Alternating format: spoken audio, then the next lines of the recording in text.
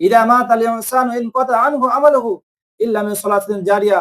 মানুষ যখন মারা যায় তখন তার সমস্ত আমল বা কাজ বন্ধ হয়ে যায়।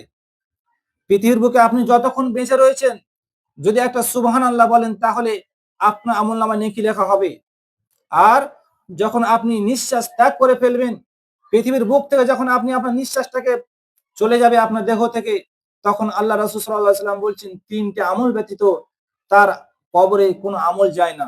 এক, ইল্লা মিন সালাতিন জারিয়া, যে ব্যক্তি জীবিত থেকে এমন তার জ্ঞান দিয়ে মানুষকে শিক্ষা দিল, সেই ব্যক্তি শিখে আবার অন্যজনকে শিক্ষা দিল, এইভাবে যে একটা সৎ কাজ জারি এসে চলে গেল দুনিয়ার ভিতরে।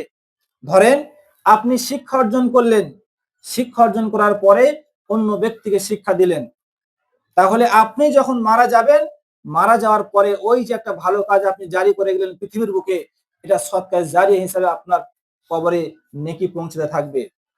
এবং আরেকটা হচ্ছে যে আপনি এমন সুসন্তান পৃথিবীর বুকে রেখে গিয়েছেন, এমন সন্তান যে পৃথিবীতে রেখে গিয়েছেন, সেই সন্তানের কারণে আপনার কবরে সব যেতে থাকে। কেমন? সুসন্তান বানাতে হবে। আমাদের সন্তানদেরকে হাদিস এবং কোরআনের ইলম যে আছে, জ্ঞান রয়েছে, তাদের ভিতরে পৌঁছে দিতে হবে। আজকে বর্তমান সময়ে বেশিরভাগ বাড়িতে দেখতে পাওয়া যায়, বেশিরভাগ পিতামাতার দিকে লক্ষ্য করলে দেখতে পাওয়া যায় আমরা আমাদের সন্তানদেরকে দিনের ইলম শিক্ষা দিই না। যার কারণে আপনি যখন মৃত্যুবরণ করবেন, মৃত্যুবরণ করার পরে আপনার কবরে আপনার সন্তান দোয়া করতে পারবে না। কেন? আপনি যদি ইলম শিক্ষা আপনি দেননি আপনার ছেলেকে, যার কারণে আপনার সন্তান আপনার কবরের জন্য কবরের কাছে গিয়ে দোয়া করতে পারবে না।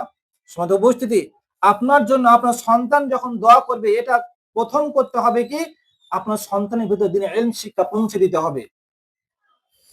আরেকটা কি, আপনি যে পৃথিবীর বুকে দান সৎকার করে যাচ্ছেন, যে যা সৎকার করে জারিয়া করে যাচ্ছেন, এটা একটা পার্সেন্ট আপনি যখন মারা যাবেন, কবরে চলে যাবেন, তখন আপনার আমল নামায় যেতে থাকবে।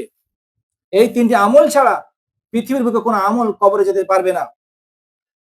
সমাজ উপস্থিতি, আমরা আমাদের সন্তানদেরকে দিনের ইলম শিক্ষার উপরে আমরা চাপ দিই না, যার কারণে আমাদের সন্তানরা অন্য রাস্তা অবলম্বন করে গান বাজনার দিকে চলে যায়।